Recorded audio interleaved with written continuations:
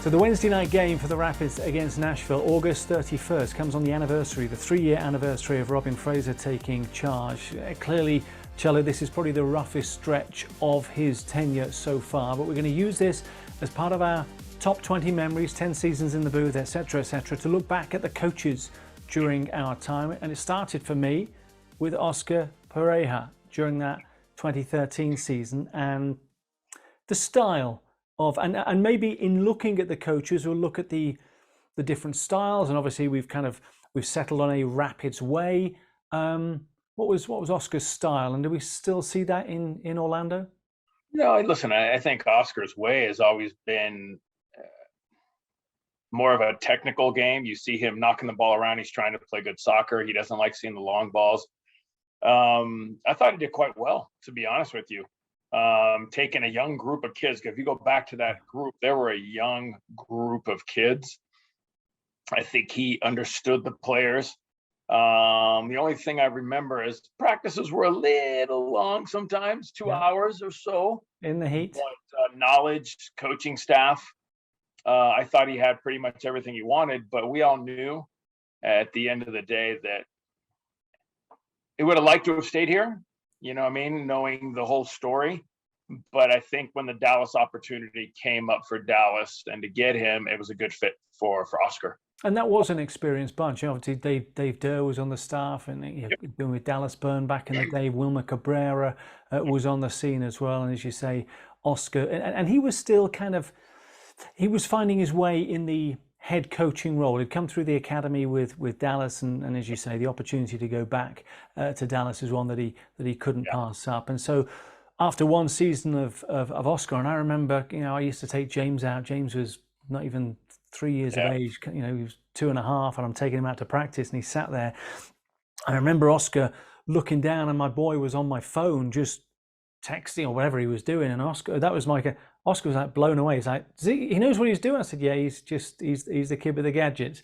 So Oscar immediately kind of took to James, and it was great. He was just such a lively coach as well. He was so animated. I mean, kind of your typical South American. There was a lot of fire, a lot of passion, and you saw that during the latter stages of that 2013 season. The Rapids had kind of struggled, and then they ignited. And it was that 4-3 win at Montreal, Tony Cassio, and that sent them on a little bit of a run that got them into the play-in game. Were we really expecting Oscar to make the knockout game with that young team? Not really. Let's be honest. I think when you looked at the team we had, it was young. We knew it was up and coming. But for him to get us into that knockout game, and unfortunately we didn't win, but I think he was setting up what he wanted. A coach usually takes 3 years. It takes a little time to build what you want, to build that culture, the playing style. And that's why you see in MLS, you see a lot of coaches getting 3 years. And I think he was doing well setting up what he wanted the second year. And then unfortunately, a little trade happened here and there. Yeah, and let's not forget that first year that I was here, 2013. Deshaun Brown and Dylan Powers were both finalists for Rookie of the Year. Dylan Powers getting the Rookie of the Year nod. But in other words, giving those youngsters the opportunity, and maybe not a case of giving them the opportunity, it was a case of needs must. And bringing out the best of them. They still had some of the veterans at the back in Marvell Wynn and Drew Moore, etc. Clint Irwin came in that first year. Matt Pickens was injured, so they had injuries and personnel challenges, and still made that playing round. And then, of course, we went through to 2014, through to the middle of 2017, and another guy that was given his first chance of being a head coach, Pablo Mastroeni, just a matter of weeks after retiring as a player. Latter stages of 2013 had been at LA Galaxy. And it was a rough few years because he was finding his feet, wasn't he? There was an enthusiasm and a drive and a passion. I think we went through almost 17 games without a win. Yeah. Anywhere else in Europe or in South America, Pablo would have been fired. There's no relegation here, so you could take your time, knowing that he was a young coach, and let him build into it and learn. And listen, by the time he was done, he had it down. The club went out. Listen, when you go out and get a Jermaine Jones, you go out and you get a Tim Howard, you kind of start stacking the midfield a little bit. You had Drew Moore. So it was a little better by the time 2016 came around. Yeah, then into 2017 and Steve Cook, temporary charge. Yep. Then we kind of rolled into the Anthony Hudson reign, and we know that was rough. It was tough. No, but listen, I think again, you brought a new coach in who Anthony's a good guy. I still talk to him now, and getting into learning what MLS was, understanding what it was. I think he was learning still as a coach too, even though he's been in some decent places. But I think now, when you talk to Anthony, he saw the mistakes. He's learned hanging out and being the assistant of the U.S. national team. And I think if you asked him, he probably would have changed a few things. The biggest criticism was that the rotation and the movement of what he was looking for was very difficult to understand sometimes. And I think by being named the under-20s, getting an opportunity to coach, mentoring now Greg Berhalter, because everybody has to play the same system. I think you'll see he'll get another chance in MLS, and I think you'll see a big difference. Connor Casey obviously had his time as that interim, and then Robin Fraser stepped in, and Fraser's hadn't been a head coach for a while, since Chivas 2011, 2012, assistant coach, Red Bulls. And obviously very successful with Toronto. And maybe this was the first one, certainly in my time, where Oscar was relatively new to the head coaching role. He was still kind of learning. Pablo was certainly very new to the role. Hudson was new to the league. Steve Cook was the assistant, didn't get the chance for the head coaching role. Same with Connor Casey. Fraser had been a head coach.